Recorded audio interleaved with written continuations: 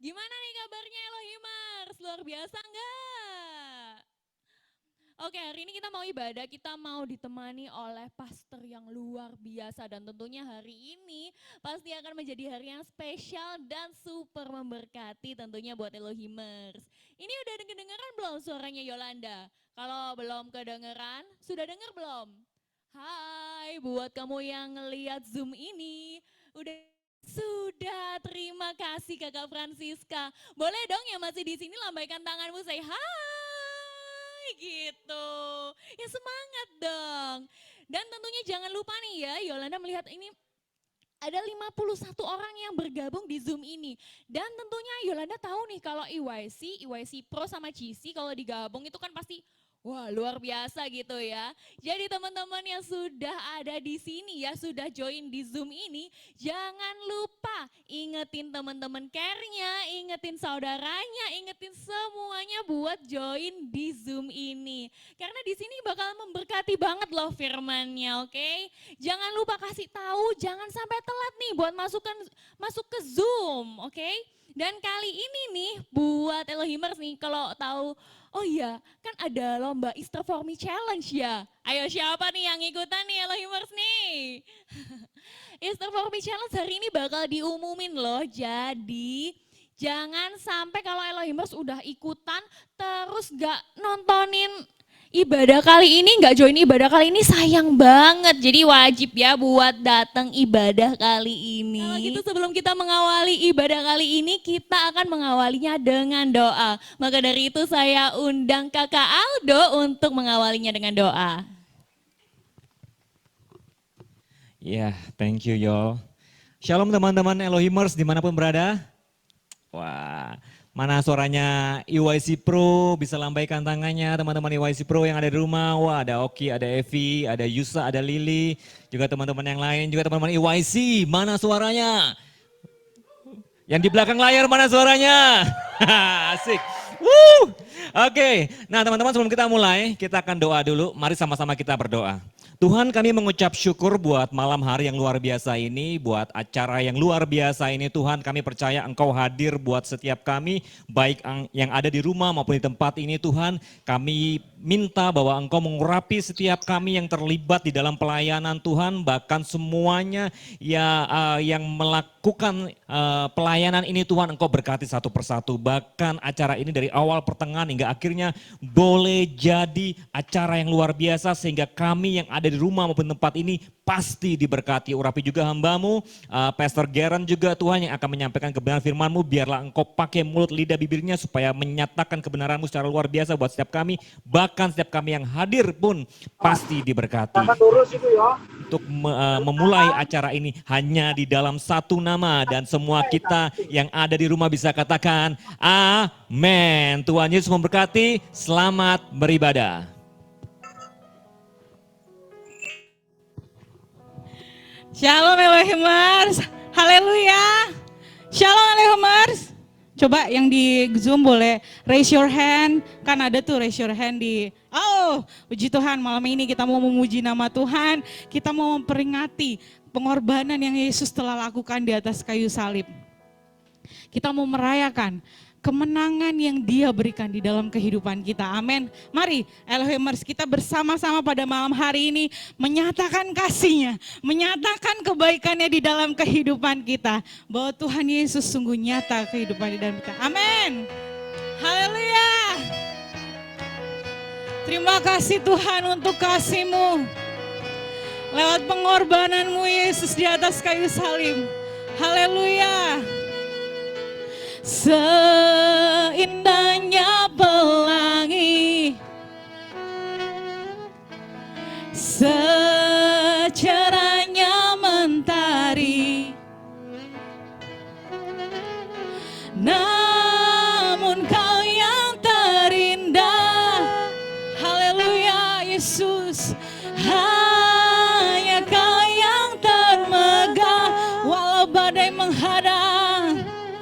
Walau badai menghadang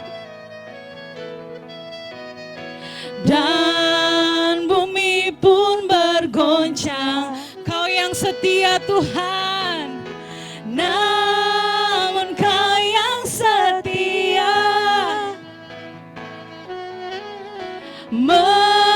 menjagaku selamanya. Mari sama-sama nyatakan. Sungguh nyata kasih-Mu di sepanjang hidupku. Dengan darah-Mu Kau tebus dosaku. Sungguh nyata kasih-Mu sepanjang hidupku. Segenap hatiku hanyalah untuk-Mu. Haleluya. Engkau baik Tuhan dalam kehidupan kami. Terima kasih untuk kasih setia-Mu Tuhan. Haleluya. Mari sama-sama nyanyikan. Seindahnya pelangi,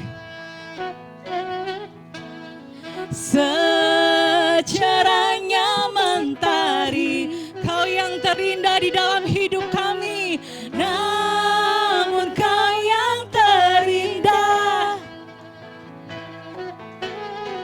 hanya Kau yang termegah.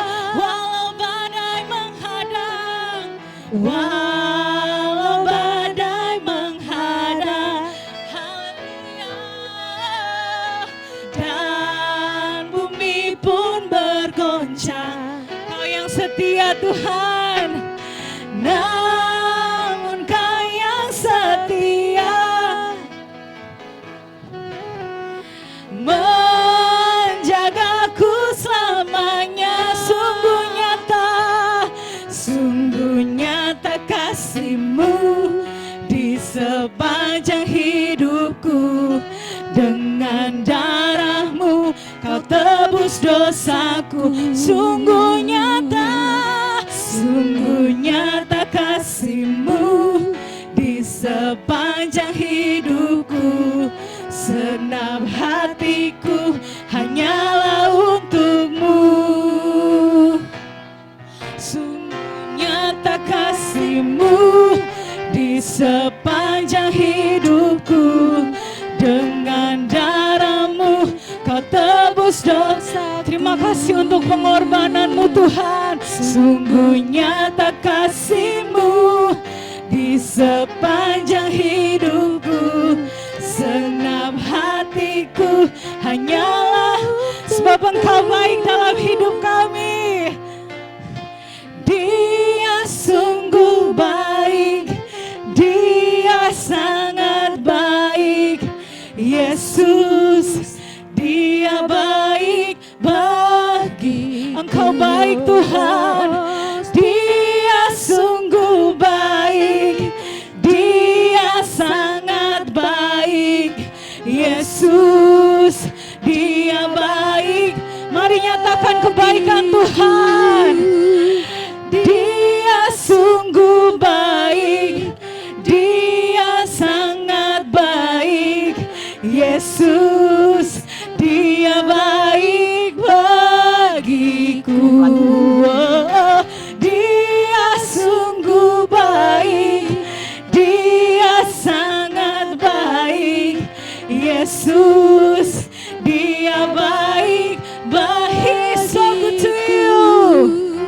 He is so good to you, and He is so good to me.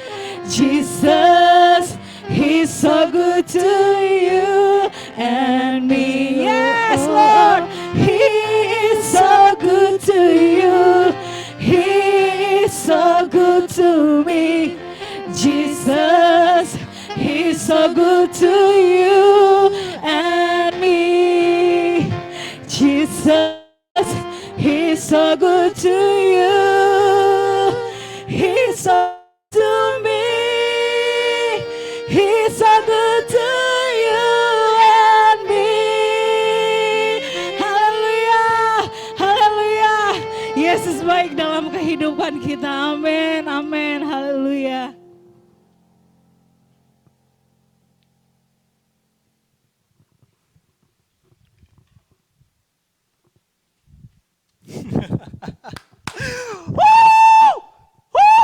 Aku bebas.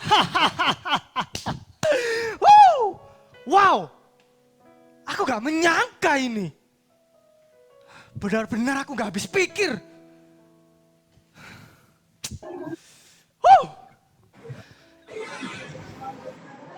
Aku Barnabas. Ya, kalian semua pasti tahu aku kan. Aku ini penjahat yang paling sadis. Membunuh, merampok, pemerkosa, semua dosa yang berat sudah aku lakukan. Ya, makanya gak heran. Ketika aku tertangkap, hukuman yang paling berat diberikan kepadaku adalah salib.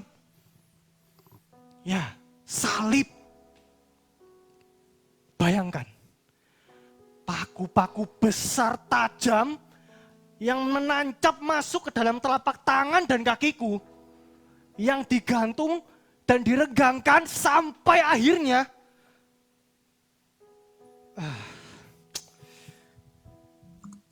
membayangkannya saja sudah membuatku hampir mati berdiri.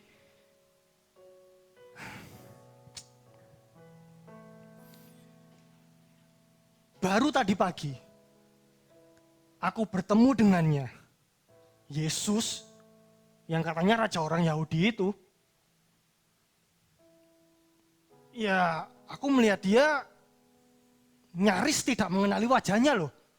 Ya, penuh darah, luka, bahkan sampai sekujur tubuhnya pun juga dipenuhi dengan bilur-bilur darah.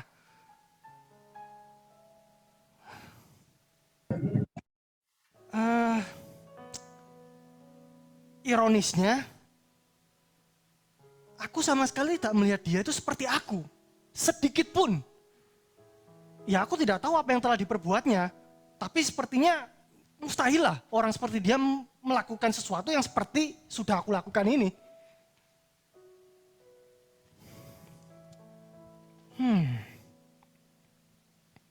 Tapi anehnya, ketika di hadapan Pilatus, orang-orang malah berteriak, salibkan dia. Mereka memilih aku untuk bebas daripada dia. Banyak sekali pendukungku ternyata. Ya, aku heran, tapi ya itu yang terjadi sih.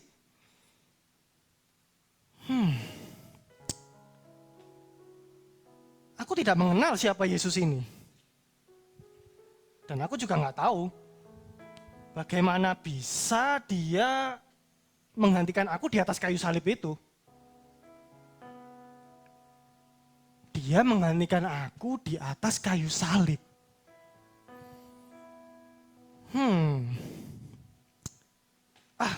Ya sudahlah.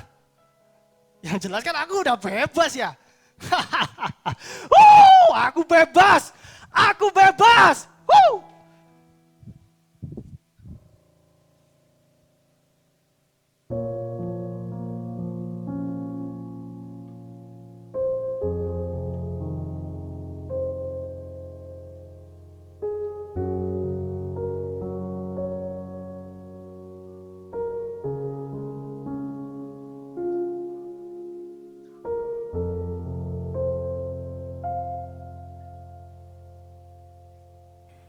Aku masih bisa mendengar tangisannya. Ketika aku menggendongnya, aku merasakan kasih yang sulit kuungkapkan. Sukacita yang tak terkatakan. Dengan baik aku jaga bayi kecilku ini. Aku merasa aku rela melakukan apa saja agar dia aman. Karena aku sangat mengasihinya. Tak pernah terpikir olehku kalau hari ini aku harus kehilangannya. Aku melihat orang-orang itu membawanya ke sana. Dia disiksa, dicambuk, diludahi. Ingin rasanya aku menggantikan tempatnya dan melindunginya lagi seperti dulu. Dunia ini memang sudah rusak dan penuh pengkhianatan. Dia menyembuhkan orang yang lumpuh, mengampuninya. Tetapi mereka menyebutnya sebagai seorang penista. Dia menghibur yang berduka, tetapi mereka menyebutnya pencemooh. Dia membebaskan yang tertawan, tetapi mereka menyebutnya tak beradab. Dia merangkul para kafir, menerima mereka, tetapi mereka menyebutnya seorang penyangkal. Mereka memang tak mengerti apa yang sesungguhnya dia lakukan di dunia ini. Ia menjadi kawan bagi orang-orang yang berdosa dan orang-orang yang dikucilkan. Dia menolong orang-orang yang membutuhkan, orang lumpuh, orang yang kesepian, bahkan orang yang merasa benar sendiri. Tapi hari ini dia dihianati. Orang-orang itu berteriak, "Salibkan dia! Salibkan dia!" Anak kesayanganku mati untuk mereka.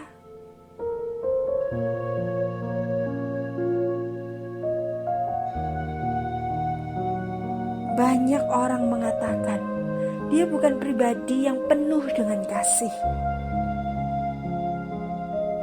Bahkan banyak yang rasanya aku tidak ingin dengar, karena itu bukan hal yang sebenarnya. Tapi banyak pula yang mengerti hari ini bahwa Dia, Tuhan, Sang Immanuel, Tuhan yang beserta dengan kita.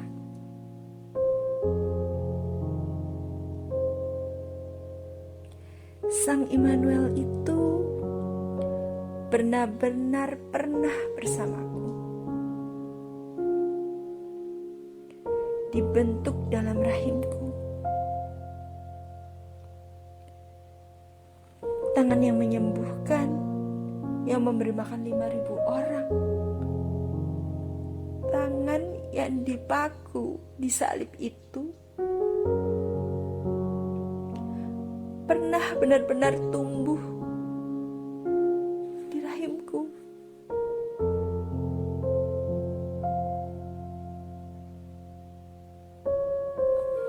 Hancur hatiku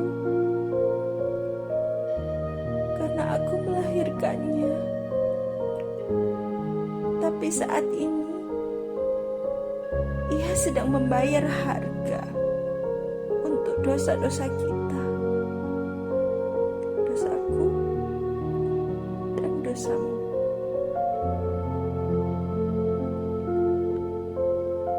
Bayi yang kugendong, kubalut dengan lampin dan kubaringkan di palungan, hari ini tergantung di salib.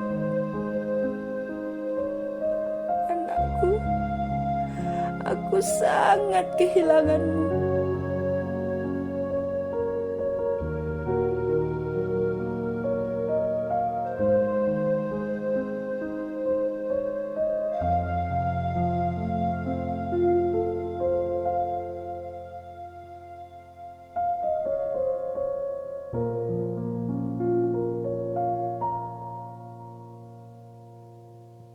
In the beginning was the Word, and the Word was with God, and the Word was God. God was made human, fully God yet fully man. The reason for the season we annually declare, yet Easter eggs and bunnies for our lives and our minds, harmless distractions rendering us all blind. Why do we celebrate? I mean, why do we care? It happened over 2,000 years ago. Can't we just leave it there? A myth, a legend, a fairy tale. It's been so long, is there even a trail? But hold on a minute, where's the proof? Jesus is mentioned over 5,000 times, with 4 different men writing down all of his lines. Matthew, Mark, Luke and John, they all wrote down what he had done. For God so loved the world that he gave his only begotten Son. Is this just another Marvel story, another superhero with a dark past? What is it he saved us from? Why does it matter what we become? The punishment for sin is death, so God only had one option left. It was time for Jesus to leave his throne. He left heaven so we could return home. A life on earth or a life in hell?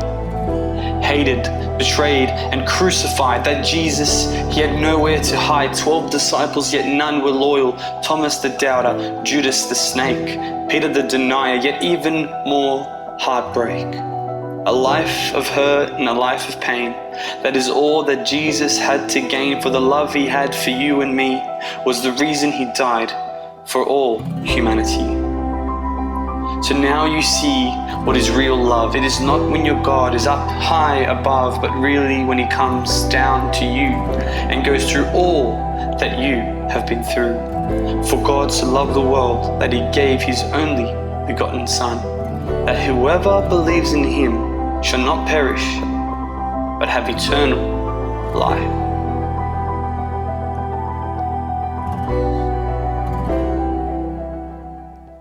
Hallelujah, Jesus.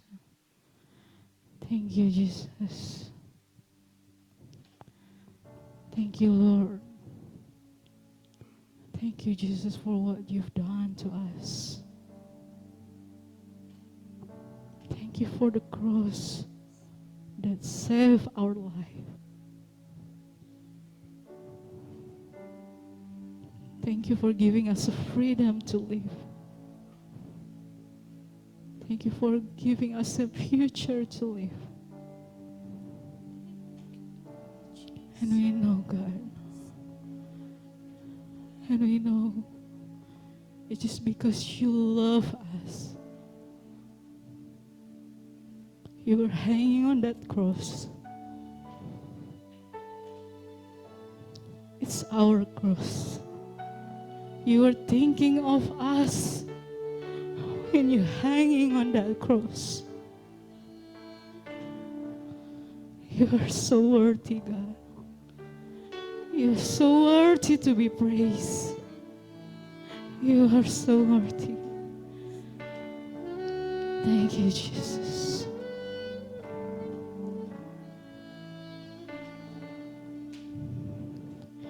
It was my cross you bore, so I could live in the freedom you died for.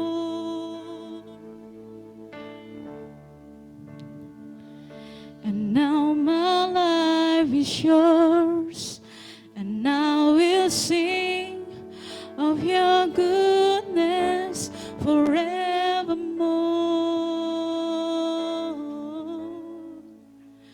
What is your name, Jesus? You deserve the praise. What is your name? What is your name, Jesus? You deserve the praise. What is your name? Oh, you are worthy. Oh. And now my shame is gone. I stand amazed in your love undeniable.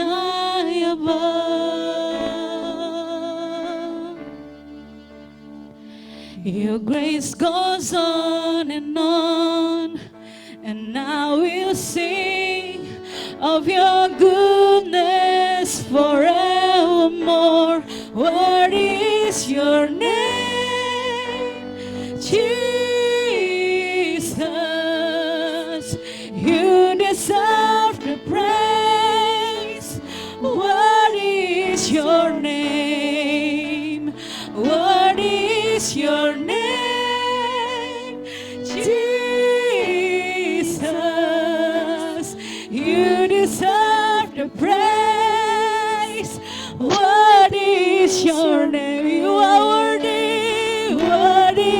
your name, Jesus.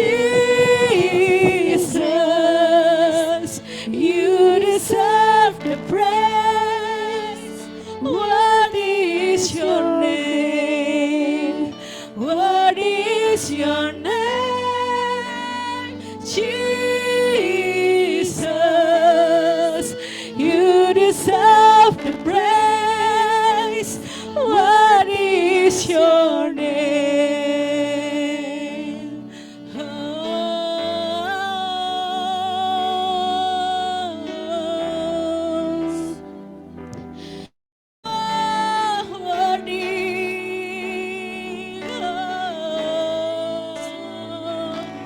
Be exalted now in the heavens as your glory fills this place. You alone deserve our praise. You're the name above all names. Be exalted now in the heavens as your glory fills this place. You alone deserve our praise. You're the name above all names.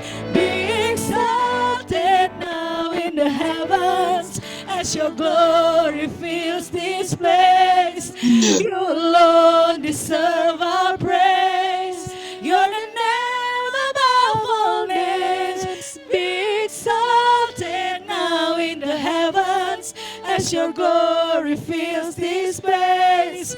You alone deserve our praise. You're the name above all names.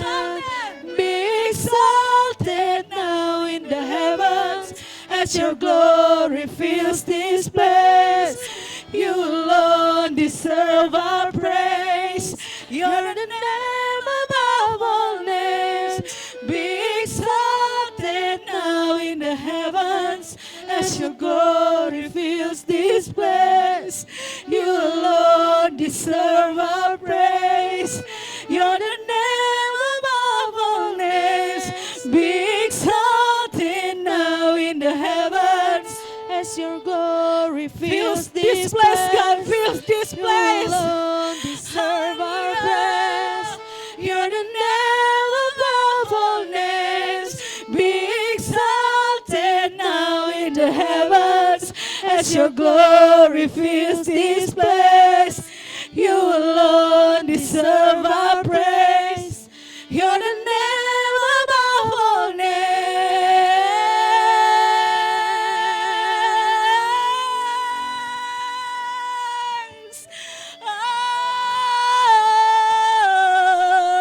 Oh, you are worthy, Lord. You are worthy. You are worthy.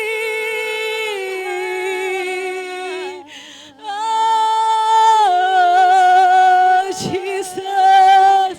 See our church. What is your name? Jesus. You deserve the praise. What is your name?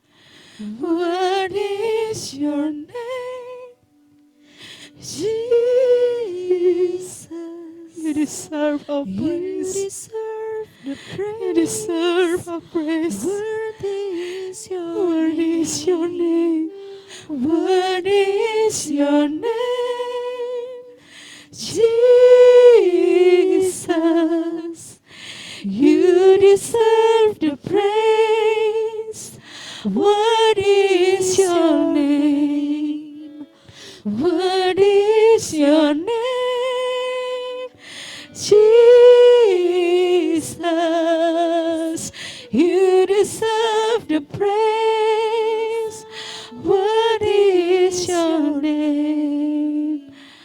Worthy is your name. Jesus. You deserve the praise. Worthy is your name. Thank you, Lord. Jesus. You deserve the praise. Worthy is your name. Thank you, Lord. Terima kasih. Thank you, Lord. Terima kasih. Hanya Engkau yang layak Tuhan terima pujian kami. Hanya Engkau yang layak terima sembah kami Tuhan. Terima kasih Tuhan untuk pengorbanan-Mu buat kami. Kami bisa hidup, kami bisa menang, kami bisa lepas karena Engkau. Karena salib-Mu Tuhan. Thank you Lord. You deserve the glory. Engkau yang layak Tuhan. Terima kasih ya Tuhan, terima kasih. Tuhan Yesus, kami tahu firman-Mu adalah pelita Tuhan bagi jalan kami. Dan kami tahu firman-Mu yang membuat kami kuat ya Tuhan. Iman kami bertumbuh karena kami dengar firman Allah. Dan Tuhan pada saat ini kami siapkan Tuhan, hidup kami, hati kami. Untuk diisi lagi dengan kebenaran firman Allah. Thank you Lord. Terima kasih Tuhan, terima kasih. Terima kasih. Amin. Ya, puji Tuhan. Haleluya. Thank you tim Present Worship. Ya, kami di sini ada beberapa orang ya, ada Pastor Aldo, teman-teman semua. Kami menikmati hadirat Tuhan dan saya percaya bahwa hadirat Tuhan itu tidak bisa dibatasi dengan apapun ya. Ketika kita menyembah Tuhan walaupun kita beda tempat, saya selalu bilang kita ada di satu tempat yang sama, yaitu di dalam hadirat Tuhan. Dan ketika kita dalam hadirat Tuhan, kita semua pasti diberkati. Amin. Dan sekarang waktunya kita terima satu hal yang luar biasa. Tuhan juga sudah mendatangkan hambanya juga yang luar biasa. Ya, yang siap diberkati boleh kasih jempol kek, dua begini kek, pokoknya di layar. Asal jangan emotikon nangis gitu, kayak sedih gitu. Oke, puji Tuhan. Ya, dan sekarang ada Pastor Garen Lumoindong, ya seorang hamba Tuhan, anak muda, beranak dua, yang ganteng. Tapi ini teman saya ini hamba Tuhan ini luar biasa. Tuhan pakai luar biasa di usia yang masih muda. Ya nggak muda juga sih. Ya tapi Tuhan pakai ya untuk kesembuhan, Tuhan pakai hikmat ya, Tuhan kasih wisdom ke dia untuk kasih perkataan-perkataan dari Tuhan dan saya percaya saat ini nanti dia yang akan ngomong lebih banyak. Pasti kita semua akan diberkati. Teman saya lihat tadi juga ada Pastor Kristo, sahabat saya. Puji Tuhan, selamat bergabung, bro, dan juga teman-teman yang lain. Dan silakan, Pastor Garen, all yours.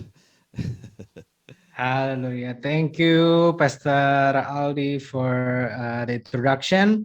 Sebelumnya, shalom buat teman-teman yang ada di GPD Elohim di Sidoarjo. Thank you untuk Pak Gembala, Pak Pendeta Franklin, dan juga Pastor Aldi dan semua tim yang sudah mengundang saya. I'm so blessed untuk bisa sharing firman pada sore hari ini. Tadi saya main sama anak saya, kebetulan anak saya satu umur 3 tahun, satu umur 1 tahun, yang 3 tahun ini namanya Noah. Nah tadi tuh sebelum dia tidur, dia ya kayak anak 3 tahun biasa lah, dia lagi suka akrobat gitu, dia lagi suka guling-guling, lagi suka kayak gini kayak gitu. Terus tiba-tiba dia bilang sama saya dia bilang dia berpose gitu. Terus dia bilang sama saya, Dad, follow me. Bilang ikutin. Terus ya saya bilang, ya, I follow you. Terus dia bilang, no, follow me. Soalnya dia lihat saya cuma ngomong doang gitu. Ya, Papa ikutin. Tapi saya nggak lakuin. Terus dia bilang, no, Dad, follow me. Ya udah, ya saya ikutin gaya dia. Baru akhirnya saya sadar umur saya. Gara-gara mulai sakit punggung saya, baru saya sadar saya mulai tua juga ya. Tetapi dari situ saya belajar kayak banyak dari kita gitu nggak sih? Kita bilang bahwa kita pengikut Yesus, tapi kita nggak ngikutin Yesus. Kita ngomong doang, ya Tuhan aku mengikutimu. Ya Tuhan aku siap mau mengikutimu, tapi yang Yesus lakuin kita nggak lakuin. Mengikuti Yesus itu kayak Paulus bilang di 1 Korintus 11 ayat 1, Jadilah pengikutku. Sama seperti aku juga menjadi pengikut Kristus. Nah, kata pengikut itu di situ dalam bahasa Yunaninya tuh berarti mimetes. Mimetes itu berarti benar-benar meniru. Nah, kita nih sebagai pengikut Yesus, maksudnya kita ngikutin Yesus, benar-benar ngikutin Yesus. Bukan cuma kita ngomong kita ngikutin Yesus, tapi cara kita bicara harus penuh dengan kasih seperti Yesus. Cara kita mengasihi seperti Yesus.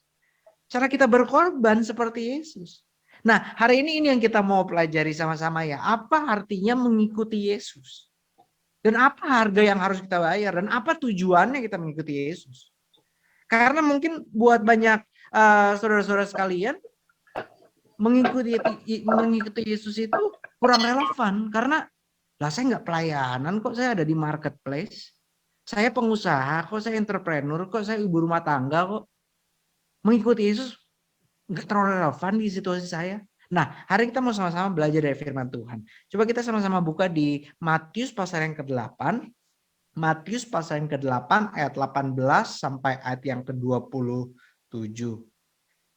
Nah, saya harap walaupun via atau lewat Zoom, tetapi saudara masih tetap fokus dan mendengarkan, karena saya ingat suatu kali saya khotbah di Jakarta di Semarang. Waktu itu saya ingat saya khotbah di Holy Stadium, itu lumayan besar. Tiba-tiba pas saya kan kalau khotbah suka jalan-jalan ya, ikut kayak papa kan ya, makanya saya agak tiru-tiru papa dikit lah, tiru-tiru Pendeta Gilbert lumayan dikit. Haleluya, haleluya, haleluya. Ya supaya mirip-mirip dikit lah. Jadi saya kalau khotbah tuh juga jalan-jalan. Nah, ini saya lihat ada satu anak main handphone.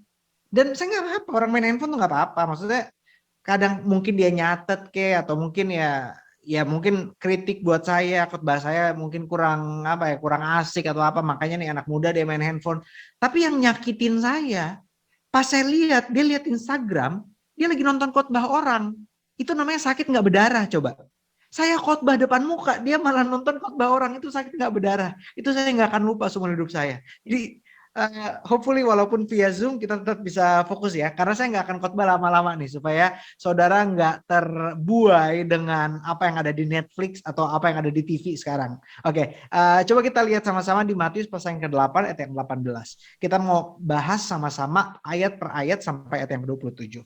Nah, Matius 8 ayat yang 18, ketika Yesus melihat orang banyak mengelilinginya, ia menyuruh bertolak ke seberang. Nah, ini menarik nih. Orang banyak mau nyari Yesus, orang banyak mau ngikutin Yesus. Tetapi Yesus memisahkan antara mereka yang mau menerima untung daripadanya, orang yang mau menerima mujizat daripadanya, orang yang mau menerima kesembuhan daripadanya, sama orang-orang yang benar-benar mau mengikutinya. Orang-orang yang mau diproses. Karena semua pengikut Yesus, semua murid-murid Yesus mengalami namanya persekusi. Murid-murid Yesus kecuali Yohanes disiksa, dibunuh. Yesus nggak jual janji-janji manis. Jadi ketika banyak yang ngikutin Yesus, ini beda. Kalau kita lihat, wah banyak pengikut, kita ngikut. Senang gitu kita diikutin banyak orang. Senang kita banyak follower di Instagram. Senang kita banyak yang suka sama kita. Tapi Yesus nggak gitu. Yesus dia pisahin nih. Siapa yang cuma nyari untung dari saya, dan siapa yang benar-benar mau ngikut saya. Nah ini pertanyaan untuk setiap saudara.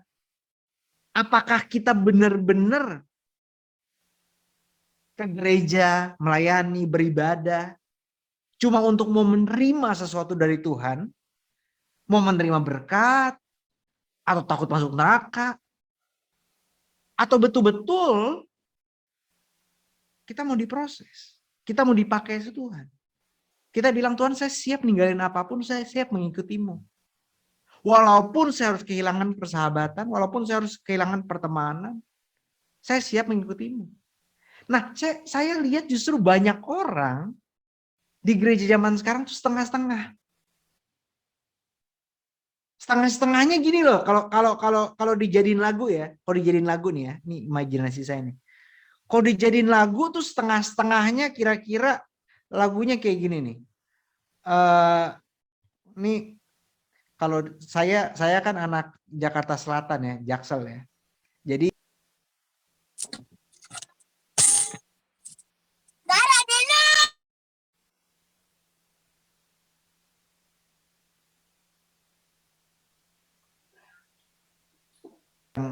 sorry, suara saya udah jelas?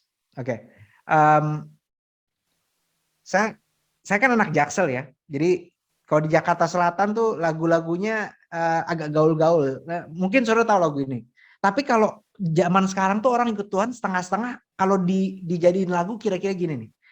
Izinkan aku untuk terakhir kalinya semalam saja bersamamu mengenang asmara kita, dan aku pun berharap hanya kepadamu, taat dan setia kepadamu Tuhan. Jadi biasanya tuh kayak gitu, orang tuh di gereja tuh kayak gitu setengah-setengah. Jadi setengah di dunia, setengah untuk Tuhan. Tapi saya percaya bahwa hidup kita tuh berpusat pada Kristus. Saudara sebelum warga negara Indonesia, saudara warga negara kerajaan Allah dulu. Sebelum saudara staf dari kantor saudara itu, saudara adalah staf dari kerajaan Allah dulu. Bos saudara bukan pimpinan saudara, tapi bos saudara terutama Kristus. Jadi kita tunduk pada Kristus dulu. Nah, itu yang kita harus jelas. Kita harus jelas. Di mana saudara ditempatkan, di situ di mana Tuhan tempatkan saudara untuk maksud Tuhan, bukan untuk maksud saudara. Nah, banyak dari kita masih self-centered ya. Maksudnya kita masih mikir, Tuhan tempatkan saya di sini supaya saya bisa sukses, supaya saya bisa ini. Kadang-kadang Tuhan tempatkan kita di situ untuk sebuah musim. Kadang-kadang Tuhan tempatkan kita di sebuah tempat untuk sebuah alasan. Kadang-kadang Tuhan tempatkan kita di sebuah tempat untuk kita menderita. Haleluya. Tapi justru lewat penderitaan itu kita didewasakan. Nah, ini saya nggak tahu. Tadi saya karena via Zoom, kalau saya ngomong saya nggak tahu saudara aminin atau enggak. Kalau saya ngelucu saudara ketawa atau enggak.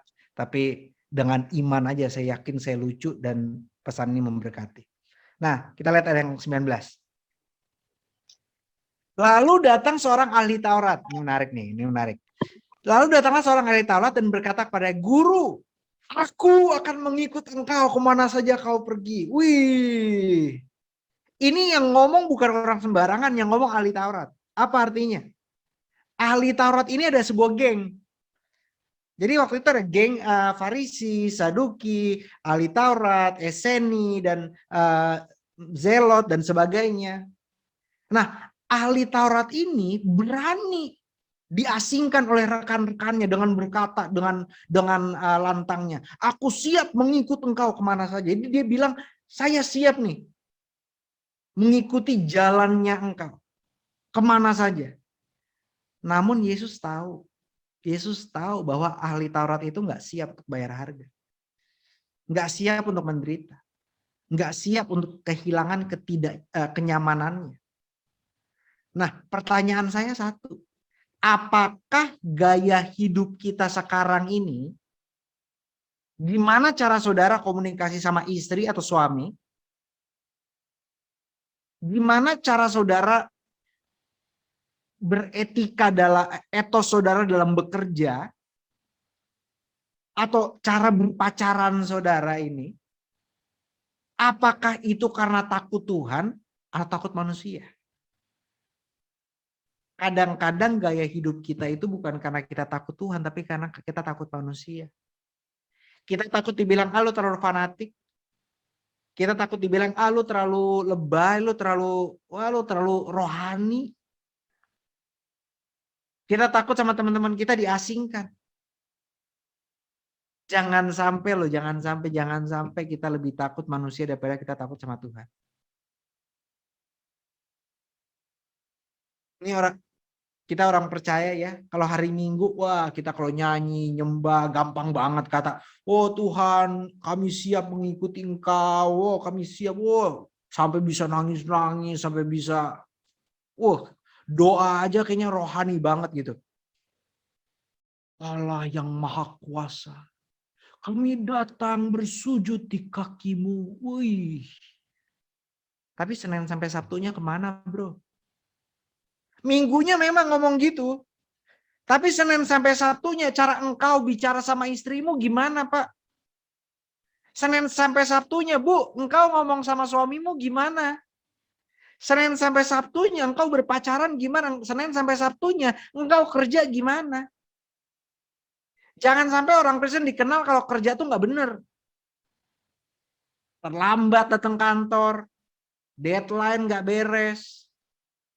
Justru kita harus dikenal sebagai orang-orang yang bisa diandalkan. Karena kita anak Tuhan. Ada perbedaan. Kalau kita diperhadapkan dengan masalah di keluarga, di jalan raya, apakah kita memuliakan Tuhan? Kalau kita lagi dipepet nih sama angkot, kalau kita tiba-tiba disautin orang, apakah kita langsung buka kaca dan langsung ngomel? Atau justru apa yang kita buat memuliakan Tuhan? Karena itu kan tujuan kita satu ya. Kita siap nggak? Karena ini bukan pertanyaan lagi Tuhan mau pakai saudara atau enggak. Saya yakin Tuhan mau pakai setiap saudara dan Tuhan sanggup pakai setiap saudara. Saudara mau ada dimanapun jangan kasih saya alasan, jangan bilang sama saya, oh tapi saya ini nggak ada alasan. Saudara nggak ada yang terlalu muda, nggak ada yang terlalu tua, nggak ada yang terlalu pinter, nggak ada yang terlalu bodoh, nggak ada yang terlalu sukses, nggak ada yang terlalu gagal, nggak ada yang terlalu apapun untuk Tuhan nggak bisa pakai. Tuhan mau dan bisa pakai. Cuma pertanyaannya satu, saudara siap nggak? Siap nggak kita matikan ego kita? Siap nggak kita matikan gengsi kita untuk memuliakan Tuhan? Kadang-kadang gengsi kita harus matiin loh. Untuk kita bisa sharing tentang Injil. Untuk kita bisa saksiin soal mujizat yang Tuhan lakukan dalam kehidupan kita sama teman kantor kita. Kita tuh bukan cuma pajangan. Tapi kita adalah agen-agen Tuhan. Yang Tuhan mau pakai. Tapi Tuhan nggak bisa pakai kita kalau ego kita, gengsi kita, perasaan kita masih menguasai kita. Biarlah kita doanya isinya Tuhan matikan kedagingan saya, ego saya, keinginan saya yang bukan dari Tuhan, ambisi saya yang tidak memuliakan Tuhan. Agar apapun yang saya lakukan, nama Yesus dimuliakan. Ini kok di gereja udah tepuk tangan nih semua. Saya imani saudara semua tepuk tangan dalam hati. Oke, kita lihat ayat yang 20. Nah, ini ahli Taurat datang kepada Yesus bilang, aku siap nih mau pergi kemana aja. Tapi Yesus berkata kepadanya, serigala mempunyai liang dan burung mempunyai sarang. Tapi anak manusia tidak mempunyai tempat untuk meletakkan kepalanya. Respons Yesus nggak seperti rabi biasa, nggak seperti guru biasa. Guru biasa, rabi biasa pada zaman itu senang banyak mengikut. Tapi Yesus lihat apakah engkau siap. Makanya sekali lagi saya ulang, Yesus nggak ngejual janji-janji manis. Ini dalam Alkitab nih. Kok hilang? Wih, mujizat nih. Ada nggak ada? Ada nggak ada? Wih. Dalam Firman, Yesus nggak jual janji-janji manis. Ikutlah aku dan hidupmu akan nyaman, hidupmu akan senang. Ya, ada ayat bahkan Yesus bilang apa? Aku datang nggak bawa damai, aku datang bawa pedang. Memisahkan ayah dan anaknya, ibu dan anaknya, kakak dan adiknya. Karena memang Injil itu sifatnya konfrontatif. Kita nggak bisa berkompromi dengan dunia. Saya mau bilang sama saudara, ngikut Tuhan 99% masih nggak cukup. Nggak cukup. Ngikut Tuhan tuh harus 100%. Saudara sama aja kalau saudara udah menikah. Suami saudara bilang, sayang, kau begitu cantik, begitu indah. Aku begitu mengasihimu. Aku mengasihimu 99%. Terus saudara tanya, 1%-nya kemana Pak? 1%-nya asistenku di kantor. Apa perasaan saudara? Coba kalau itu terjadi, apa perasaan saudara? Saudara nggak toyor aja udah mujizat kan itu. Sama aja kita ikut Tuhan. Nggak bisa kita cuma ikut Tuhan 99%, 90%, 50%, nggak bisa. Makanya untuk mengikut Tuhan itu ada harga yang harus dibayar. Tapi makanya dalam teks ini kita akan lihat betapa indahnya sebenarnya. Walaupun Yesus nggak menjual janji-janji manis, Yesus justru menjualnya apa? Yesus justru menjanjikan penderitaan. Yesus bilang di kitab Yohanes 16:33. Bahwa akan ada penderitaan, namun di balik penderitaan tersebut ada kemuliaan yang begitu indah. Sampai kita nggak bisa bayangkan. Sampai Paulus bilang apa? Penderitaan zaman sekarang, aduh nggak bisa dibandingin sama kemuliaan yang akan datang nanti. Pak, Bu, bro, sis. Apapun penderitaan yang engkau alami sekarang, yang engkau sedang lalui sekarang, tidak sebanding dengan kemuliaan yang engkau akan terima nanti. Walaupun sekarang kau bilang ikut Tuhan tuh susah, ikut Tuhan tuh berat. Memang ikut Tuhan susah, berat memang, tapi ada Roh Kudus. Makanya Roh Kudus itu menjadi penolong kita. Makanya kalau dalam bahasa Inggris disebutkan comforter. Roh Kudus memberikan kita kenyamanan. Parakletos. Nah, gimana Roh Kudus bisa memberi kita kenyamanan kalau misalnya hidup kita nyaman? Kalau hidup kita nyaman, kita nggak perlu Roh Kudus.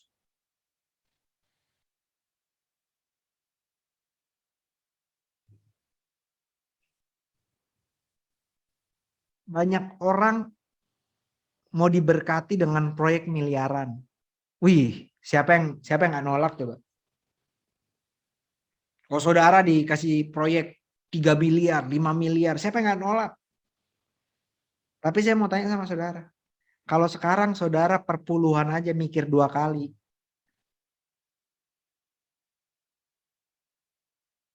Kalau dengan hal kecil aja, saudara nggak bisa dipercaya, apalagi dengan hal besar.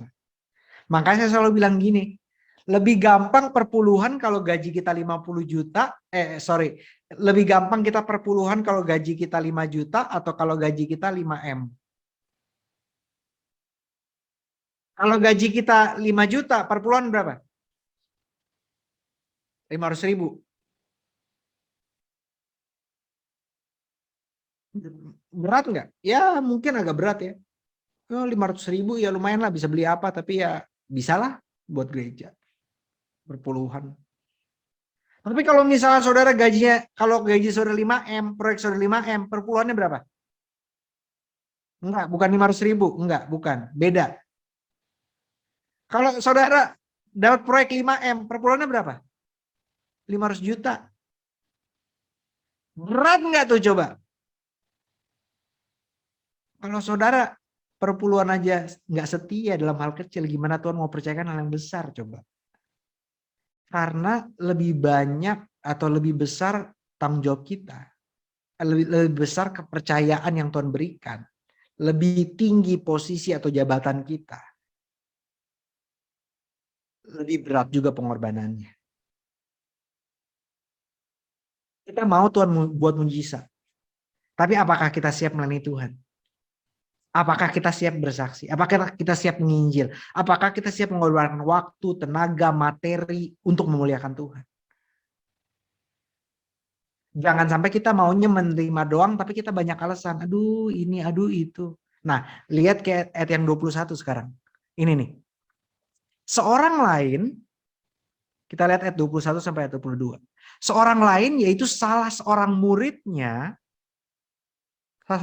loh.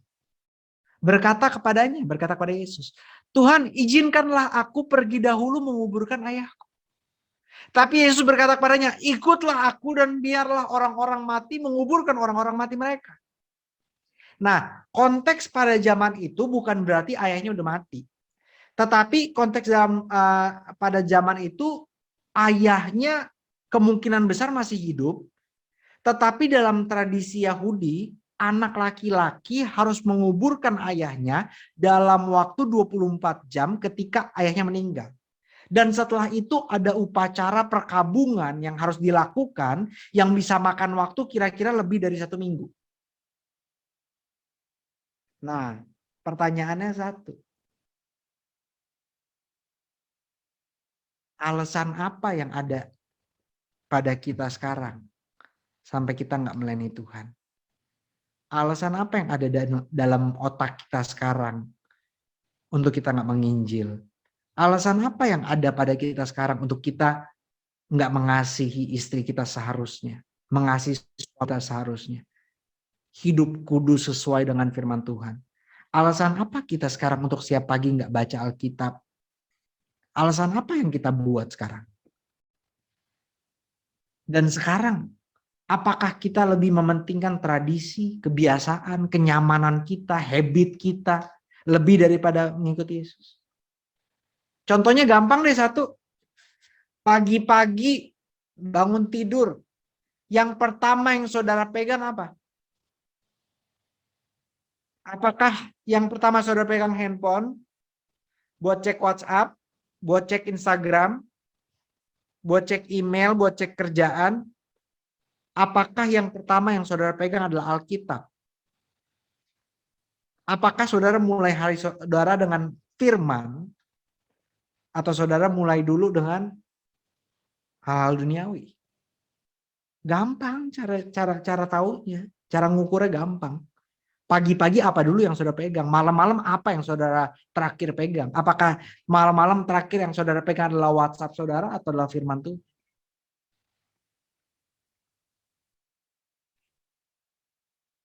Kita sebagai manusia sangat brilian ya, kita pinter banget kalau beralasan.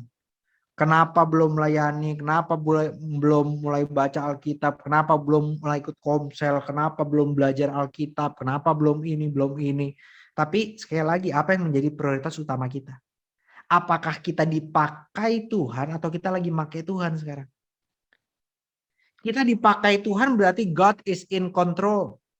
God leads the way. Tuhan di depan, kita ngikut dari belakang. Tetapi kalau kita make Tuhan, kita tuh kayak jadiin Tuhan kayak babysitter. Kita jalan, kita jalanin apa yang kita mau, kita lakuin proyek apa yang kita mau, tiba-tiba kita bilang, Tuhan sertai aku ya.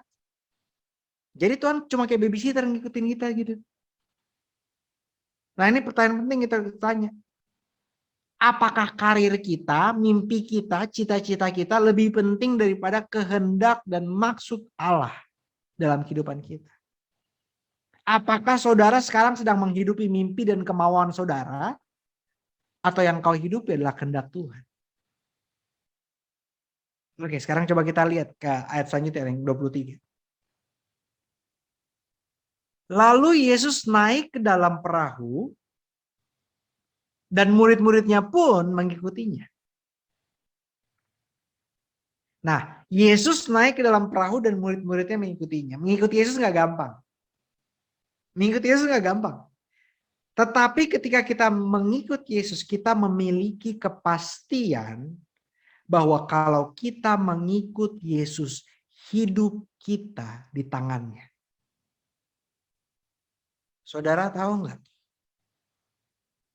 Saudara mau jaga kesehatan saudara kayak gimana pun, hidup dan mati bukan di tangan saudara. Saudara mau depresi, mau coba bunuh diri pun, hidup dan mati bukan di tangan saudara kalau belum waktunya saudara. Tuhan tetap akan membiarkan saudara hidup. Hidup dan mati di tangan Tuhan. Makanya ketika kehidupan kita di tangan Yesus, segala sesuatu dijadikan indah. Menghidupi kehendak Allah. Berserah, membiarkan Tuhan mengatur kehidupan kita. Selalu lebih indah. Selalu lebih memuaskan daripada kita mengatur kehidupan kita sendiri. Di mana banyak dari kita jadi Tuhannya kita sendiri nggak sih? Kita jadi Tuhan atas kehidupan kita. Kita buat keputusan-keputusan yang saya pikir benar, yang menguntungkan saya, yang buat saya nyaman, yang buat saya aman, yang buat saya senang. Kalau itu yang kau hidupi, berarti Yesus bukan Tuhanmu. Tapi engkau adalah Tuhanmu. Makanya malam ini kita masih dalam pekan Paskah, di mana Yesus berkorban di atas kayu salib dan membuktikan bahwa dia mengalahkan maut demi saudara dan saya, mengampuni dosa saudara dan saya. Biarlah, izinkanlah kehidupan kita ada di tangan Tuhan. Coba kita lihat yang ke ayat 24. Sekonyong-konyong. Saya nggak tahu nih bahasa apa sekonyong-konyong. Sekonyong-konyong mengamuklah angin ribut di danau itu sehingga perahu itu ditimbus gelombang. Tetapi Yesus tidur. Nah, angin ribut bisa datang kapan aja. Tapi saya mau bilang sama saudara. Nih ingat ya. Ingat satu hal. Walaupun kita belum menerima pertolongan Tuhan. Ingat satu hal. Walaupun kita belum mendengar jawaban doa kita. Walaupun Yesus tertidur di dalam kapal. Ia tetap hadir. Saudara belum melihat jalan keluar. Saudara belum melihat nih. Kemana? Yesus tetap hadir. Yesus tetap ada dalam kehidupan saudara. Dan kehadiran Yesus memberikan kepastian dalam kehidupan kita semua.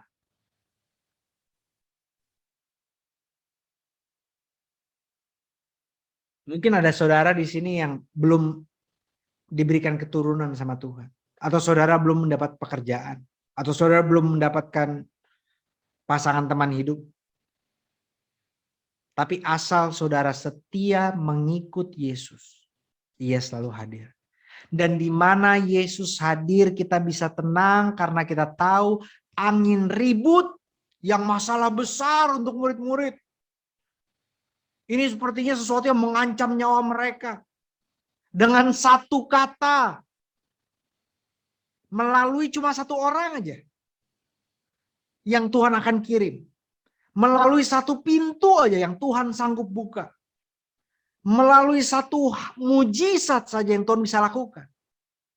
Angin ribut sehebat apapun akan reda dan engkau akan mengalami pengalaman. Engkau akan mengalami kemenangan. Kita lihat ayat selanjutnya yang ke-25. Ini agak lucu nih. Maka murid-muridnya membangunkan dia. Katanya, Tuhan tolonglah. Kita binasa. Wih. Kenapa saya bilang ini lucu?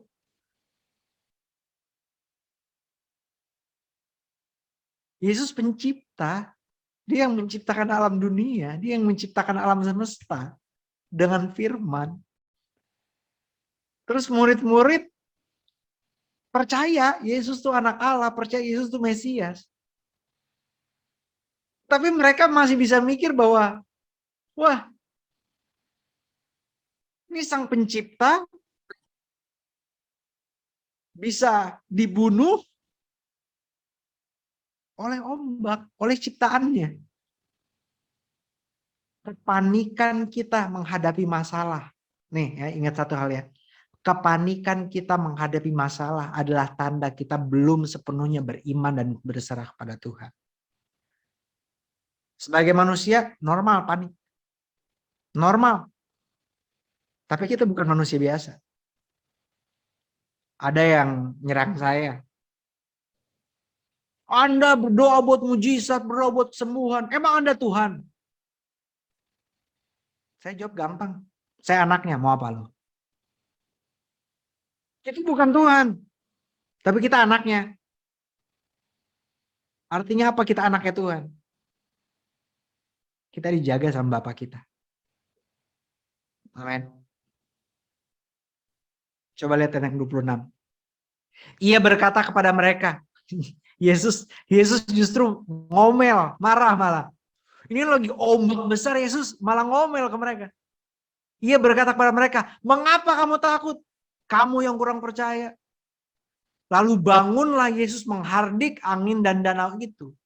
Maka danau itu menjadi teduh sekali. Yesus menegur murid-murid karena mereka takut dan tidak percaya bahwa ia adalah anak Allah. Ia sang pencipta, ia yang memerintahkan bintang-bintang alam semesta dan segala yang ada di dalamnya. Kalau kita berdoa sekarang, kalau Tuhan bisa menjawab langsung doa kita sekarang. Apakah jawaban Tuhan teguran? Hai, kamu kurang percaya. Apakah doa kita isinya cuma Tuhan, saya pengen ini, Tuhan, saya perlu ini, saya mau ini, saya mau ini. Ingat, kita bukan Tuhan, tapi apa yang besar buat kita, apa yang mustahil buat kita, gampang untuk Tuhan lakukan. Sama-sama bilang sama saya, apa yang mustahil buat saya, gampang Tuhan lakukan. Amin. Namun kenapa kita harus melewati apa yang kita lagi lewati sekarang? Namun kenapa kita harus kehilangan pekerjaan? Namun kenapa kita harus diselingkuhi mungkin? Namun kenapa kita harus dihancurkan hatinya kadang-kadang? Seperti seorang bapa mengasihi anaknya, dia tidak akan memanjakan anaknya. Kalau hidup saudara enak-enak aja, kalau hidup saudara senang-senang aja, saya mau bilang sama saudara, saudara nggak ada di tempat yang benar. Kenapa? Karena Bapa yang mengasihi anaknya, menghajar anak-anaknya, dan membiarkan anak-anaknya melewati penderitaan agar anak-anaknya menjadi dewasa.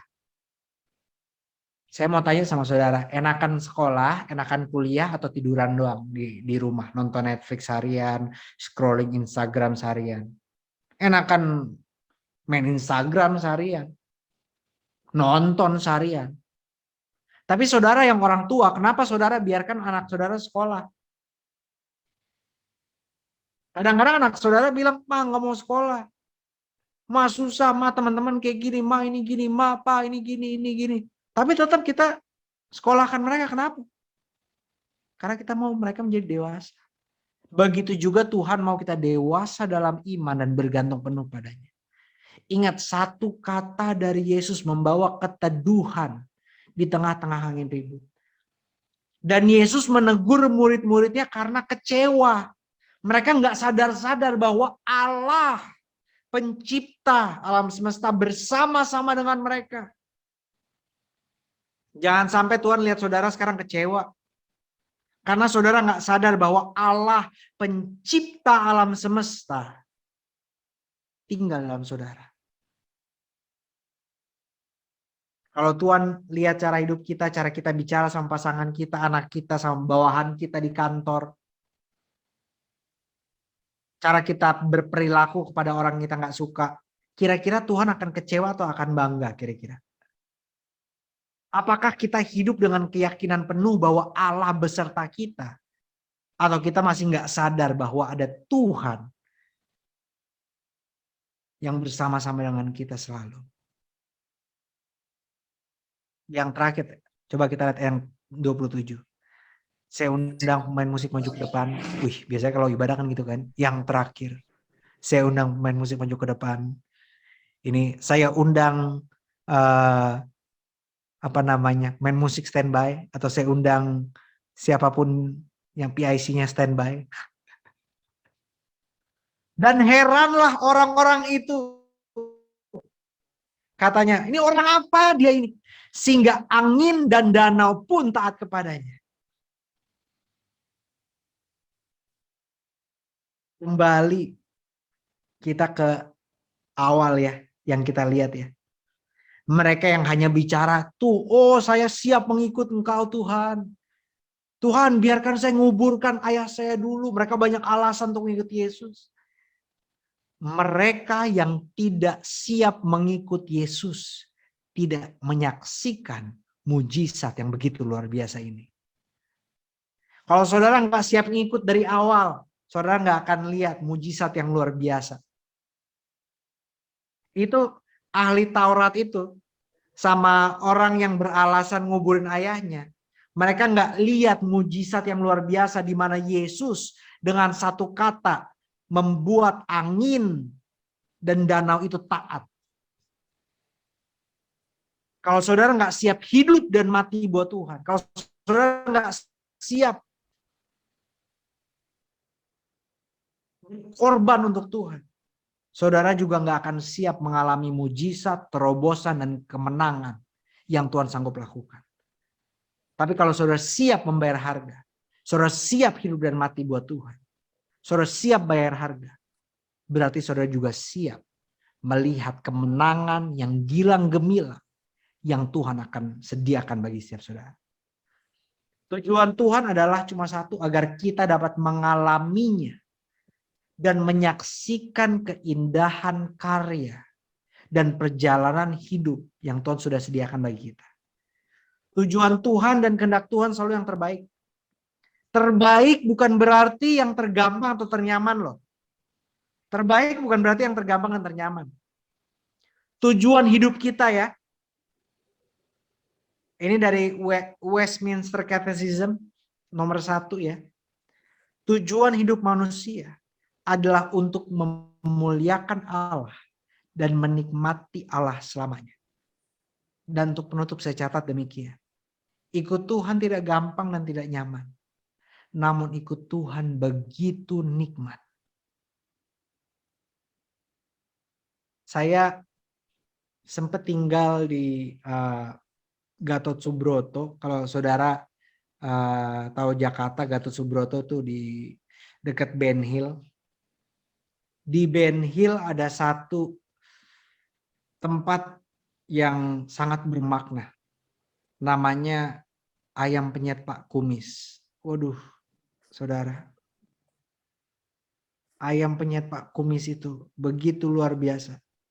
Dan kalau saudara tahu, kalau saudara kayak saya ya, saudara suka ayam penyet, lele penyet, dan sebagainya. Rahasianya bukan di ayamnya. Rahasianya di mana? Sama-sama kita katakan dengan iman. Di sambelnya. Waduh, sambelnya. Itu kayaknya sambelnya ditetesin minyak urapan deh. Sambelnya tuh enak banget. Parah. Tapi tempatnya pinggir jalan. Benar-benar di trotoar. Berisik, kotor. Basah.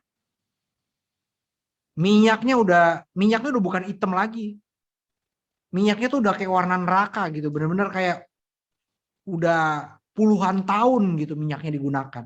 Tapi justru itu yang memberikan ayam itu kenikmatan itu.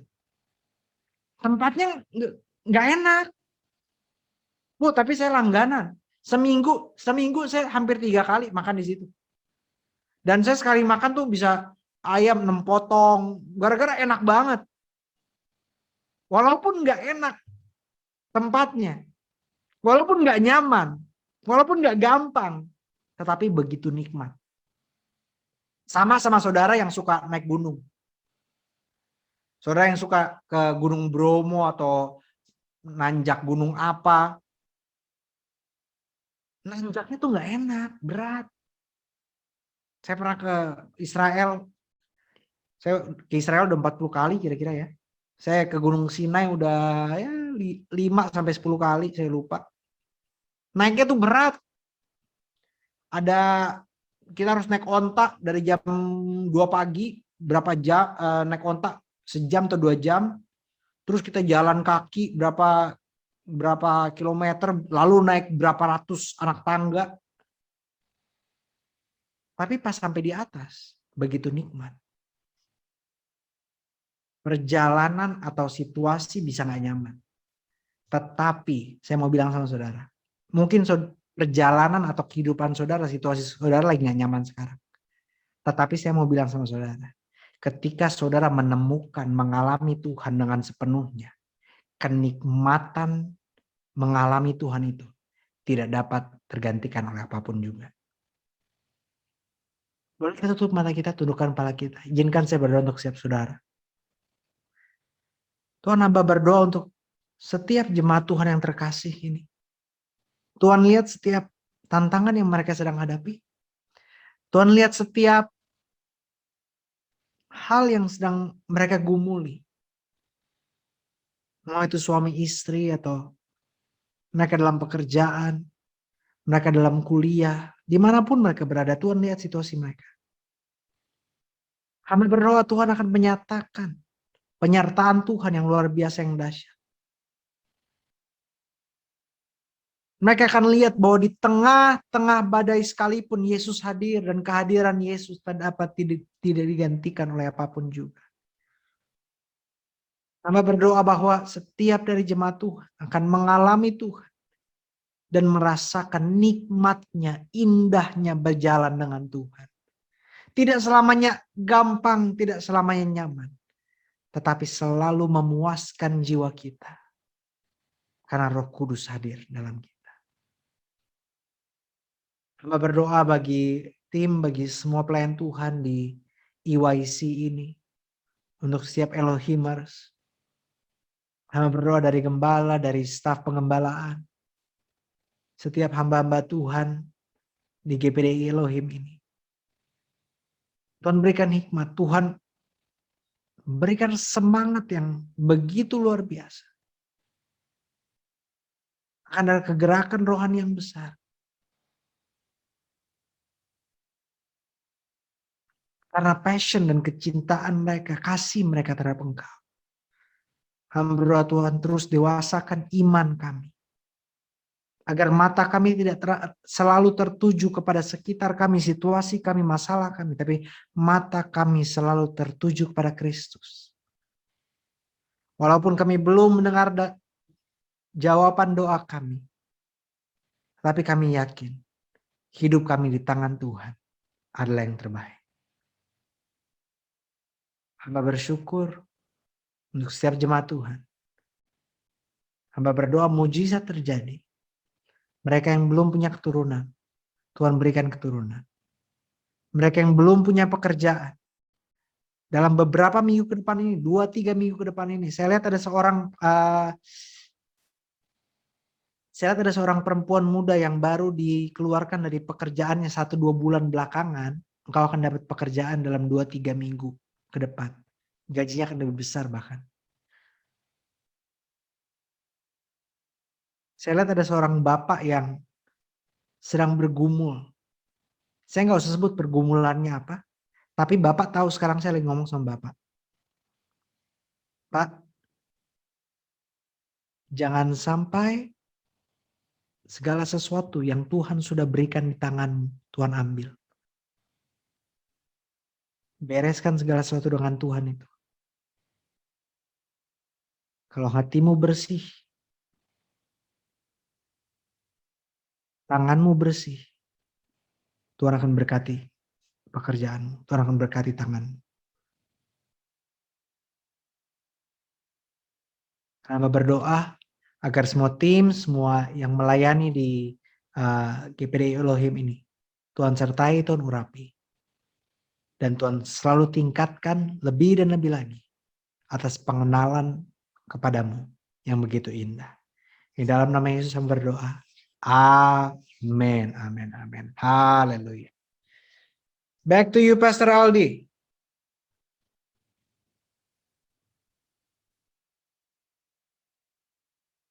Pastor Aldi belum ada suaranya nih, Pastor.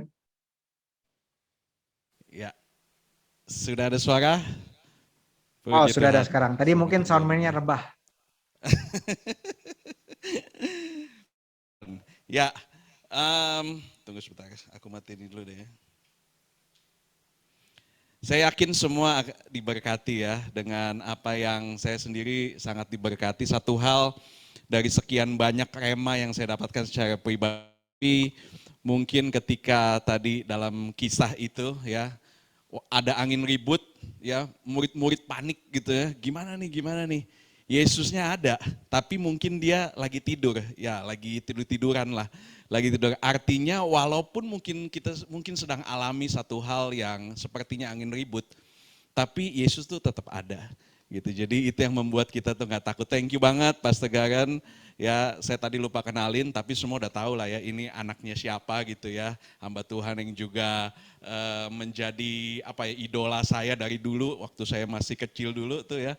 Dia udah haleluya di TV ya. Pastor Gilbert Lumoindong, dan ini anaknya yang luar biasa ya. Tuhan pakai juga luar biasa. Dan ada satu lagi juga sahabat dari Pastor Garen ya, teman saya juga, teman lama, Pastor Christopher di sini. Tadi saya sempat bilang, nah Pastor Christo ini kan pasti teman-teman udah tahu lah ya, dia seorang hamba Tuhan yang luar biasa dan dia punya quote-quote yang bagi saya itu wisdom banget gitu ya. Sesuatu yang Tuhan kasih dari dia kasih dalam bentuk quote-quote kecil. Dan kalau nggak keberatan, Pastor Christo boleh dong 2 menit kasih quote ke kita apa nih di Paskah ini. Mungkin bisa di Oh iya, tadi shoot. lupa sebut. Thank you nih, Pastor Christo udah ikut bareng. Seneng banget di support sama my brother in Christ. Ini benar-benar Pastor Christo jadi brother banget for me. Yes. I really appreciate you, bro. Amen. Thank you. Saya pendukung Pastor Garen dari hari pertama ya. Pendukung dari pertama. Senang banget bisa reconnect sama Pastor LT. Bahkan sebelum sebelum aku reconnect sama Pastor Aldi juga aku udah connect sama banyak sama Pastor Aldo di sana, sama Brother Towar juga ya. Jadi lucunya pokoknya nggak kemana-mana lah ya. Ternyata Pak Gembala juga masih saudara nama Om Gilbert. So jadi muter-muter. Yang paling nggak ada hubungan saudara cuma saya doang. Saudara dalam Kristus ya. Quotes yang lagi memberkati saya perenungan Paskah saya tahun ini adalah kenyataan bahwa bukti kebangkitan Yesus yang paling nggak terbantahkan sebenarnya adalah perubahan hidup kita. Ya, jadi jangan sampai hidup kita yang nggak diubahkan gitu ya, kita masih hidup dalam dosa, itu jadi sebuah sebuah kayak menimbulkan kesan bahwa kebangkitan Yesus itu hoax. Ya, Rasul Paulus bilang kalau Yesus nggak bangkit, sia-sia iman kita dan kita masih hidup dalam dosa. Tapi kenyataannya itu 1 Korintus 15 ayat 17. Kenyataannya Yesus bangkit. Ya, jadi jangan sampai kita berhasil membuktikan secara ini kubur kosong gitu ya, secara historis, secara ada kubur kosongnya, secara teologis, secara ayat-ayat, secara macam-macam, tapi kita gagal menghidupi hidup yang berkemenangan. Artinya kita keluar dari kubangan dosa kita gitu. Jangan sampai hidup kita yang masih terus dalam dosa ini bikin seolah kebangkitan Yesus itu berita hoax. Ya, jadi saya itu doang sih perenungan saya tahun ini ya. Mudah-mudahan bisa memberkati kita. Postingannya udah saya posting juga sih kayak minggu lalu pas Paskah ya. Jadi itu sih paling. Thank you Pastor Aldi buat kesempatannya. Thank you Pastor Krista ya. Kebangkitan Yesus, kematian Yesus, kebangkitan Yesus itu bukan hoax, beneran tuh ada tuh. Yes, thank you bro.